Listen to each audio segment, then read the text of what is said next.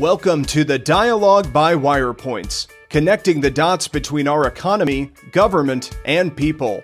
And now your hosts, Ted Dabrowski and Mark Glennon. Mark Glennon here. Welcome to the Dialogue by Wirepoints. I'm here with my colleague, Ted Dabrowski. So much to talk about this week, starting with the reality, it seems, that J.B. Pritzker is interested in becoming president. On Saturday, he's attending a gathering of Democrats in New Hampshire that's widely viewed as the place where you go to throw your hat in the ring to say, I'm thinking about this, think about me. Nothing more serious than that at this point, but it's widely seen by political insiders to be just that.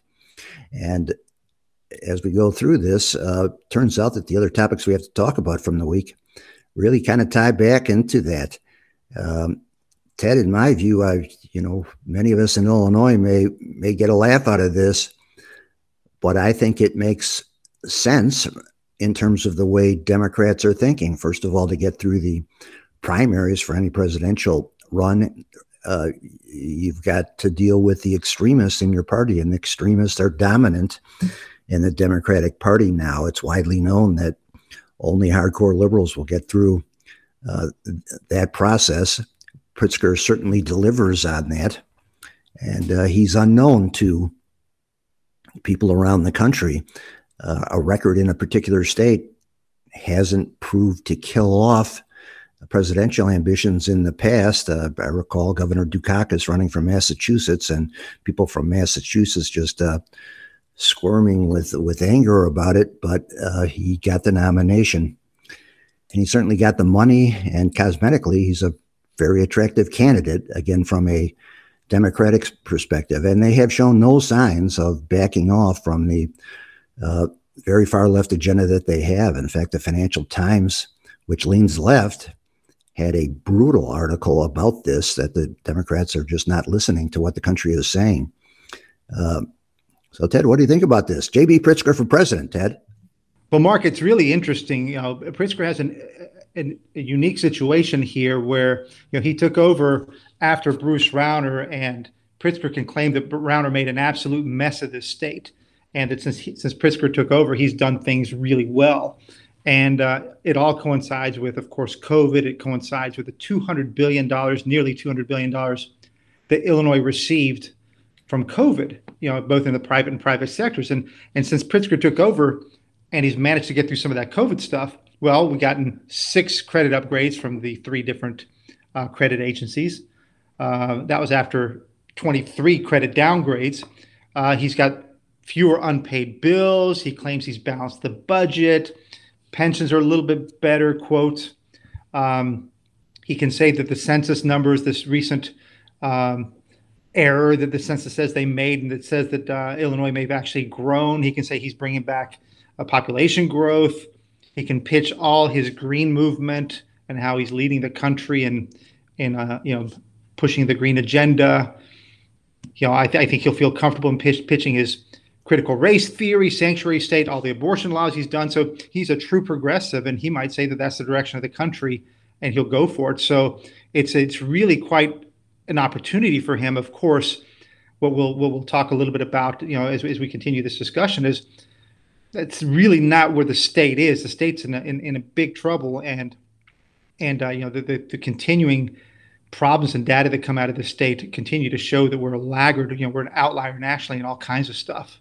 Yeah, just to be clear, the claims about the state of the state, the economy, and such are pure bunk. The credit rating agencies, for example, say directly that this is not a measure of how healthy the state is or how it's doing from a taxpayer's perspective or service recipient's perspective. It's only about whether the bonds are going to go into default, which is a different subject.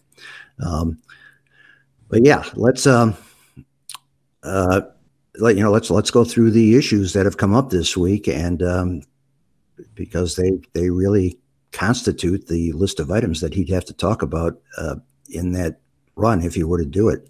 Hey, Mark, just as a final comment, it would be really interesting, right? Because you get a guy like Pritzker with his agenda up against potentially a DeSantis, right, or a Trump, who are on the opposite extreme. So it would make for, of course, if Pritzker could convince people of the stuff that he says, it would make for an amazing contrast in where America goes.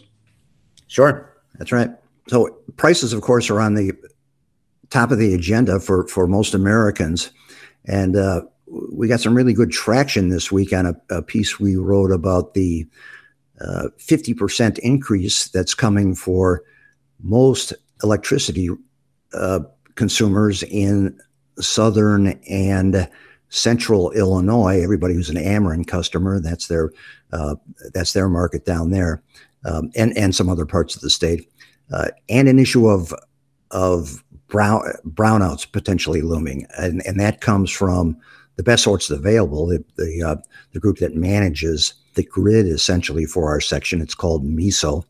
We're linking to an article on this, but this has really resonated finally, and it's nice to see that, but it's frustrating because, Ted, I've written about these issues growing for a number of years, and the piece has just never gotten much attention.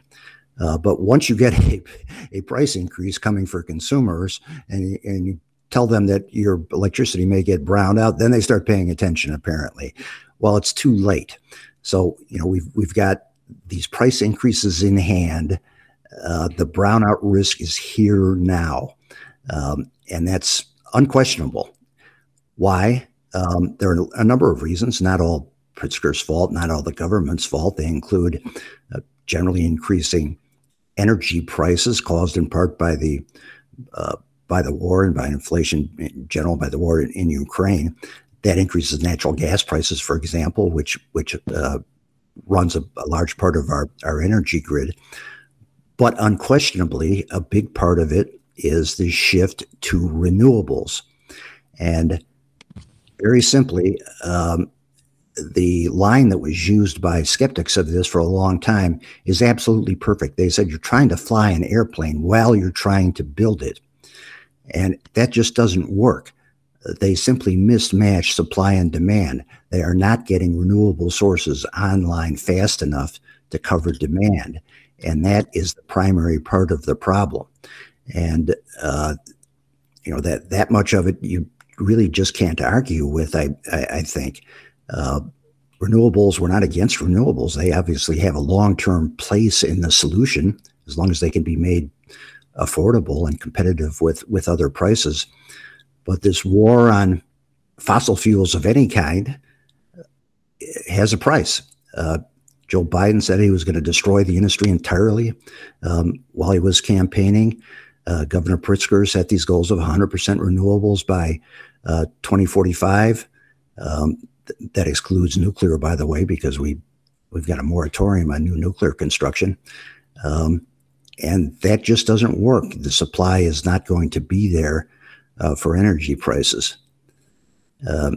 Ted, do you think people are finally waking up to this fact? I mean, generally speaking, I think people are concerned about global warming. They say they are. They believe it for the most part in general. They're concerned about the environment in general. They like the idea of renewables, but a dose of realism is setting in, do you think, or what's up? Well, I definitely think there's a dose of realism. And like you said, if you start hearing that your energy prices are going to go up 50%, that's scary. I think the brownouts is the scarier one because that means that your state has lost control of its ability to deliver energy to people's homes. And when you see what's happened in California, recently happened in Texas, it becomes not just some price problem; it becomes a lifestyle problem. So it's a big deal. And I think, Mark, part of the problem, you hit on it, is that this state has a plan for shutting down the fossil fuel providers. They have a plan. They've set exact dates. They bullied all the providers into being scared about how soon they will have to be forced to not be viable. So they're shutting down faster. It's really easy to shut down energy production. It's really hard to create the new energy, the clean energy. And so you're losing the fossil fuel energy production now, and you're realizing that you're not keeping up with the clean, and that's the problem. And we've talked about this, and I've mentioned this on recent shows, that we've tried to figure out Governor Pritzker if he has a real plan. And we've talked to some experts, and there doesn't seem to be a real plan. The plan that we've seen concretely is shut down the fossil fuel providers. You got hard dates on that stuff, but it's not easy to have a clear date on the new energy production that comes online. Yeah, so Ted, just this week we had the announcement of Caterpillar moving their corporate headquarters from the Chicago area to Dallas. Those are white-collar jobs only. It's a fairly small number of people. However, Caterpillar's president made clear a couple of years ago that they're not doing any expanding here on their massive blue-collar workforce that still remains here for the most part. They're putting all their expansion elsewhere, and he complained about the bad business environment in Illinois. Manufacturers like that are huge consumers of electricity. I mean, can you imagine building a new plant in the face of these threats of shutdowns like this? It's just not going to happen. Well, yeah, this is reminiscent of the comments from Warren Buffett some years ago when he was saying, "Look, the debts are too high here. The pension debts are too high here. Why would we ever why would we build a plant and have a 30-year plan when we know that they're going to come after us for the bills, for the pension bills?" So this ties into that, and as you mentioned, Doug Oberman, when the CEO, and I guess it's been more than a couple of years, it's been quite a while. He gave some of the biggest warnings you've ever seen from a corporation like that to the Illinois government about, if you don't stop what you're doing, you're gonna destroy Illinois. And now you're seeing Caterpillar act on it, and of course, they're choosing Texas. Texas, we've talked about it, has grown their population in the last decade by 4 million people. They're booming. Everybody's moving down there. And, it kind of creates a virtuous cycle where the more people that are there, the more companies need to be there and want to be there. So this is a huge loss for Illinois. And, we've run the numbers there. It's not just a company like Caterpillar moving to Texas. We've lost over the last decade, we've lost, I don't know, some 130,000 net people to Texas. It's like losing a Naperville or something, just moving it from Illinois and just giving it to Texas. That's what the IRS data shows.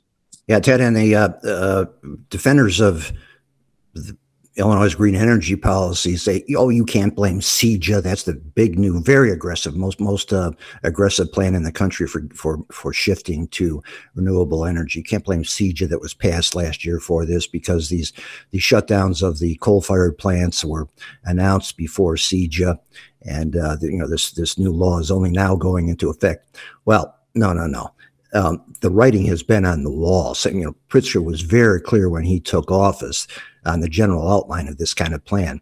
And as I say, the Biden administration has made clear that they intend to kill the fossil fuel industry within 10 years.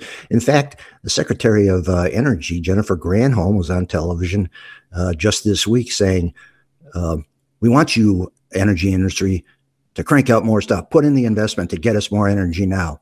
And oh, by the way, we're sticking to our plan of killing you within 10 years. Well, nobody's going to make an investment. These are very long-term investments. To drill a well, you got to kind of decide on the general area you want, go get the leases to do the exploration, drill the well. Some of these wells cost tens of millions of dollars to drill, and you can come up dry on them. There's a long lead time on this stuff, and nobody's going to make that kind of investment in an industry that has a target on its back to kill it within 10 years. Sorry, Mark, if anybody has any doubts about the confusing messaging and where they're headed, you have to watch the Secretary of Energy make her comments. It was probably one of the most I can't try to find the right. Embarrassing for her, because anyway, anybody can judge on their own that it was really, really bad. Ted, speaking of good management by government, we got a new report from the Auditor General this week on an estimate of the fraud losses in unemployment insurance claims, which is actually only partial. They estimated about $2 billion, which would be about half of the particular federal program that was there. But the Tribune has a very good article about this claim, showing what the audit covered and what it didn't. And there's lots more to the story. There's lots more to the fraud. It could add up to far worse than that. As we've said before, the federal estimate of total fraud losses is 165 billion. Illinois' pro rata part of that would be about 6 billion. So this auditor's report identified 2 billion, which again is half of the particular narrow program that they audited. Not narrow, but it was a big chunk of the unemployment insurance, federal unemployment insurance assistance administered by the state. What's the Pritzker administration's response? Orange Man did it. Federal government laid out a program for us that couldn't be made to work fraud-free. You buying it, Ted? No, I'm not buying it. This is all part of, if this is a one-off thing, then you could try to use different arguments, but this is part of the whole mismanagement of this state. And what's fascinating about this, anybody, Mark, you've written about it, I've written about it too.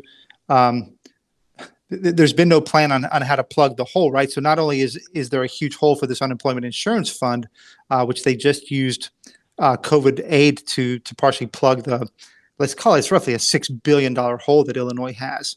So they've used a certain amount of the COVID aid to plug some of that, but we're talking about $2-3 billion that's not going to be covered. A lot of this was fraud, and we're going to ask taxpayers, we're going to ask businesses to have to pay higher taxes to plug the hole. So what we're doing is we're hitting taxpayers and businesses with more taxes so they can cover the fraudulent insurance claims. It's really, really sad anyway you look at it. And speaking of unemployment, Ted, the new numbers came out this week. You've taken a close look at the unemployment rate numbers here in Illinois. We catching up, or how's it look? Well, there's good news if you want to pitch it as good news. We promise to give some good news, and there's a lot more jobs than there used to be. If you go back a year ago, and I've lost my data, I don't know where it went, but anyway, there's a lot more jobs and payroll jobs. But when you compare us to the rest of the state, we're still the fourth worst in the country when it comes to unemployment rate. We're at 3.6%. Sorry, we're at 4.6%. The rest of the country is at 4.6%, and some of our neighbors are far below that. So they've managed to have much lower unemployment rates. Again, we've used this number before, but if we had the same unemployment rate as Indiana, we'd have 150,000 more people working right now. So we have a structural problem. We're always behind the rest of the country when it comes to employment. And, we can try to celebrate better numbers on unemployment and all that, but the bottom line is we're again, almost a national outlier in the country when it comes to this. Yeah, the national rate is unemployment rate is 3.6%. Illinois is 4.6%. Ted, Fran Spielman at the Sun-Times had a particularly good analysis piece. She's a great reporter, by the way. We have our complaints about the Sun-Times and their new alliance with WBEZ about bias in some other ways, but none of them lay off in criticizing some of the programs that are not being managed, foolish programs. And Fran Spielman is not only a great reporter, but she did a very good analysis piece on the this confluence, the snowstorm of freebie giveaways this election season. I mean, it's just one after another. Ted, again, you looked at some of those. Tell us about some of the goodies that we're in for in this election year if you're a taxpayer. Well, I'm just really concerned that, and there's no doubt that politicians always use public money, the programs. That's how they get votes, right? Especially those that like big government. They create new giveaways, tax credits, all kinds of stuff, and that's one of the big way they get votes. But when you have, like we've talked about, this $200 billion floating around, suddenly the programs start to become crazy. And I think probably the best example, and I'm forgetting, maybe you remember, but Lori Lightfoot didn't like that Wilson was handing out cash at the gas pumps. And so they created a cash card, a giveaway. I forget what the dollar amount was, but she wanted her name on that debit card. So these become almost like campaign spending.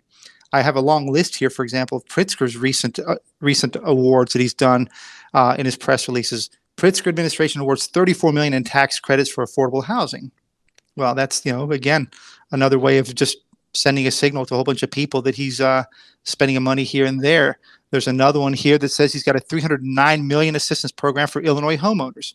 They're all giveaways. And when you start to do all these giveaways, you start to wonder, where's the line between their role as executives to administer public funds and another one to actually buy votes. Yeah, Ted, and the big one in my view, though it's only a pilot program, the numbers are small initially, are these guaranteed income programs. Chicago's just launching theirs. Cook County has their own, but boy, it's an understatement to call that socialism. Here's a check. It's an understatement to call it socialism. I was saying, here's a check for doing nothing. Very few conditions attached to it, no work requirement, never mind all the other programs that are out there. What are they thinking? Do they think the public supports this kind of thing?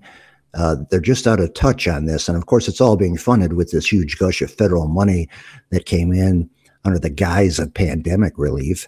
It's been diverted to all kinds of other things, including these guaranteed income programs, which is all to say that the money's not going to be there within a year or two to sustain these things. It's just foolish administration, blatantly creating government dependence. Yet another example of how they're intent on putting more people onto dependency programs rather than working to take them off. Especially during a recovery like this, coming out of the COVID downturn. You'd think somebody should be bragging about how many people you lifted off of dependency programs. Instead, we're just piling them on. It is precisely the opposite of what common sense tells you and what history has told us works in terms of economic policy. Well, Mark, and it's precisely that. The more negative outlook of this is they don't care about that. What they care about is buying the votes. Once you're on that basic income, it's going to be really hard to get some people who are on basic income or to go against that plan, right? So what you're doing is you're buying the vote. I'm looking at three more things that I just pulled up. Governor Pritzker announces $113 million in anti-violence funding. That's the stuff that Quinn got himself in trouble for, because once you start spending this cash, people want it. They want the programs, and they're really, really hard to undo. Another's this $20 million investment to boost equitable workforce recovery. It just plan after plan, spending after spending, and it's all to buy a constituent. And I'm taking the very negative view of this. It's all to buy a constituency, and it's really hard to take away that money when you come along, when somebody else comes along and tries to reform it. Once politicians figure out that they can bribe taxpayers and voters with their own money, sky's the limit, and you got a very dangerous situation. It's beyond dangerous now. It's killing us. If there's anything good coming out of this, I think America's waking up to it. Illinois has been slow to wake up, but I sense that we're making some progress on this. We'll see. Well, Ted, the primary is coming up last Tuesday in June. We don't endorse candidates. We try to lay out the policies and the reforms that we think are needed. It's going to be up to you to compare what reforms you think are needed to what these candidates are promising. Again, we don't cover the politics of it too much because there's so much sort of he said, she said silliness going on in it. But the primaries are important. Get up to speed on the issues, on the policy, not the politics of it, and vote on Tuesday for the right people. That's the only solution to this in the long run. Well, that's all we have from Wire Points, the dialogue. We'll talk to you next week, and take care.